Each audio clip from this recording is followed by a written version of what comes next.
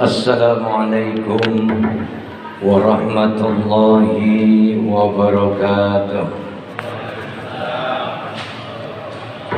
Alhamdulillah, alhamdulillahi rabbil alamin. Wassalatu wassalamu ala asrafil anbiya'i wal mursalin Sayyidina wa maulana Muhammadin wa ala alihi wa sahbihi ajma'ina, amma ba'du. Qala Allah Ta'ala fi kitabihil karim wa huwa asdaqul qailina, a'udzu billahi minasy syaithanir rajim. Bismillahirrahmanirrahim. Wa minhum man yaqulu Rabbana atina fid dunya hasanah wa fil akhirati hasanah wa qina azabannar. Al-ayah. Sadaqallahul adzim. Segenap jamaah Masjid Baitur Rahman, baik bapak-bapak dan juga ibu-ibu, adik-adik yang kesemuanya mudah-mudahan dirahmati dan dimuliakan oleh Allah Subhanahu wa Ta'ala. Malam ini adalah tepat malam 17 Ramadan. Ya, memang seharusnya tema yang dibawakan seputar tentang Al-Quran, tapi kita sudah diatur. Dalam hal ini DKM memberikan satu tema, membina keluarga yang bahagia. Kalau saya mau tanya, udah bahagia belum rumah tangganya, Pak? Hah? Udah bahagia belum? Belum, Pak Irwan. Sebahagian kita dalam hidup berumah tangga memang masih ada yang bingung, ya. Bahkan belum ada tuntunan. Karena waktu hidup pertama kali nikah itu niatnya kagak ada, ya. Yang penting berumah tangga. Inilah kancah kehidupan dalam sebuah rumah tangga muslim. Tapi kalau ditanya, Pak, mau nggak hidup bahagia? Semua kita pasti kepingin bahagia. Ini mohon maaf kalau ngomongnya agak tersendat-sendat, karena dari hari Kamis nggak berhenti teriak-teriakan melulu. Ya, tugas safari Ramadan. Alhamdulillah malam hari ini bisa. Sebenarnya double, malam ini saya berjadwal di Al-Ikhwan, tapi alhamdulillah kita utamakan dalam negerinya dulu, ya, biar kita melepas kangen dan merindu, walaupun masih ada yang gak suka juga kali, ya. Baik Bapak Ibu yang dirahmati oleh Allah Subhanahu wa Ta'ala, siapapun manusianya kepingin bahagia. Karena apa? Karena sudah digariskan di dalam Al-Quran. Allah Subhanahu wa Ta'ala ingatkan kepada kita dalam satu kalimat ayatnya, wa minhum may yaqulu Rabbana atina fid dunya hasanah wa fil akhirati hasanah wa qina azabannar. Dan di antara mereka ada orang-orang yang berdoa, minta sama Allah, wahai Allah, berikanlah kepada kami kebahagiaan, berikanlah kepada kami kesejahteraan, bahkan berikanlah kepada kami keselamatan hidup, baik di dunia maupun di akhirat. Ini doa seringkali kita minta, ya Pak. 17 kali kita minta. Dalam setiap kali doa kita minta sama Allah. Dalam 5 kali ibadah sholat kita minta tuh doa dengan satu kalimat doa sapu jagat. Rabbana atina fid dunya hasanah wa fil akhirati hasanah wa qina azabannar. Kalau bapak secara pribadi, ibu secara pribadi pengen bahagia, anak-anak juga pengen bahagia. Intinya apa? ketika kita masuk dalam skop, dalam satu kawasan hidup berumah tangga, siapa sih rumah tangga yang gak kepingin bahagia? Nih tuntunannya dari baginda Rasul, bukan dari Pak Irwan. Pak Irwan cuma nyampein arba'atum min syahadatil mar'i. Ada 4 hal, 4 perkara yang menyebabkan seseorang itu dikatakan bahagia. Yang pertama kata baginda Rasul, antakuna zauzatuhu solihatan. Seseorang itu dikatakan bahagia lantaran dia punya istri. Istrinya adalah istri yang solehah. Istrinya istri solehah. Ibu punya suami soleh. Nggak apa-apa bu, punya suami ganteng, soleh, ngasih uang belanja 50 juta rupiah sebulan. Bahagia nggak kira-kira? Insya Allah pasti bahagia.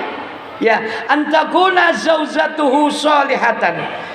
Seseorang itu dikatakan bahagia lantaran dia punya istri, istrinya adalah istri yang solehah. Yang kedua, wa auladuhu abrar. Seseorang itu dikatakan bahagia lantaran dia punya anak-anak yang abror. Siapa anak yang abror? Tidak lain, anak yang abror adalah anak yang soleh, soleha, taat pada perintah Allah dan Rasulnya, juga dia taat pada perintah kedua orang tuanya.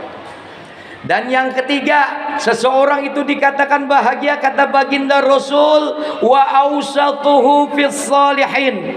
Seseorang itu dikatakan bahagia lantaran dia punya teman, temannya teman yang soleh.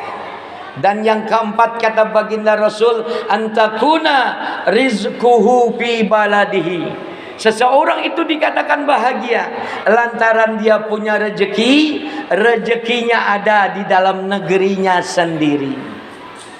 Kalau kita mau belajar bagaimana sih membina rumah tangga yang bahagia, ini matching Pak ya.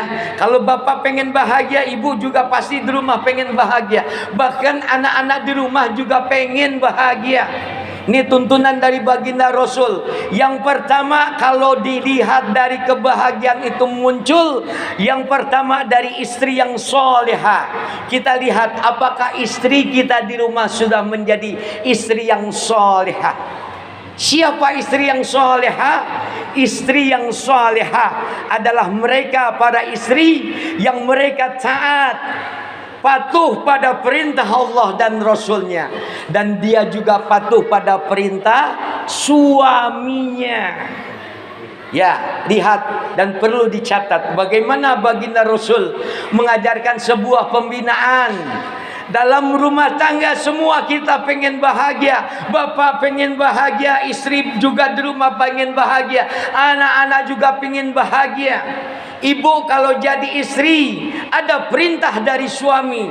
Nih yang bisa menyenangi suami 3. Ya, di antaranya yang pertama, kalau suami lihat ibu senang hatinya. Ini Pak, rahasia Pak. Bapak kira-kira di rumah, ya, pulang ke rumah nih dari masjid, nggak usah dari kerja deh. Pulang ke rumah ngelihat istri seneng nggak?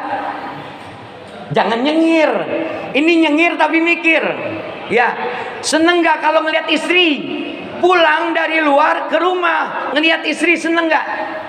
Kalaulah istri bapak di rumah bisa dan mampu menyenangkan bapak, insya Allah bapak akan menjadi suami yang bahagia, dan rumah tangga akan dijamin kebahagiaannya oleh Allah dan Rasulnya. Istri berdandan bukan buat orang lain, tapi dia berdandan untuk suaminya. Ini kan kadang-kadang maaf, 1000 kali maaf, laki pulang udah capek ngeliat bini monyong, kumel, dekil. Allah karim. Kira-kira seneng gak Pak? Seneng gak kira-kira, jujur? Budek Pak Irwan katanya.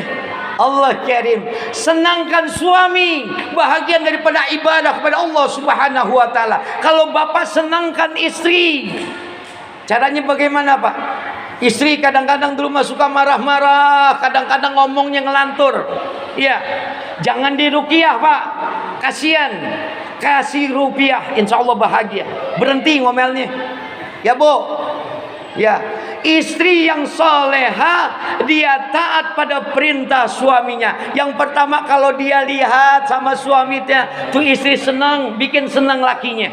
Yang kedua, ya, setiap kita pengen hidupnya bahagia terus, nggak ada penderitaan di dalamnya. Tapi kancah kehidupan mengajarkan kepada kita sebuah romantika kehidupan.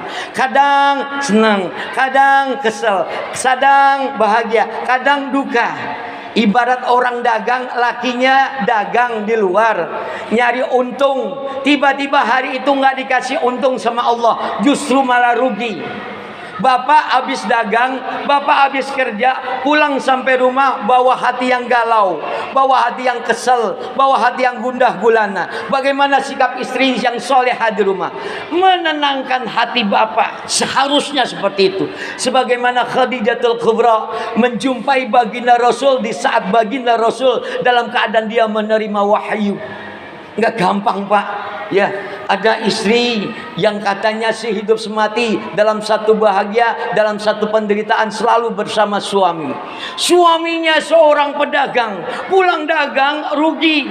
Cerita sampai di rumah sama istrinya. Istri yang soleha dengar cerita suami, dengar keluh kesah suaminya, disambangi, dibikin bahagia, bukan nambah kesel. Ya Pak, udah pulang dagang, capek, panas-panasan, rugi. Pulang ke rumah istri monyong. Kira-kira kesel apa kesel? Dasar suami bego, dagang tiap hari, rugi melulu. Allah karim.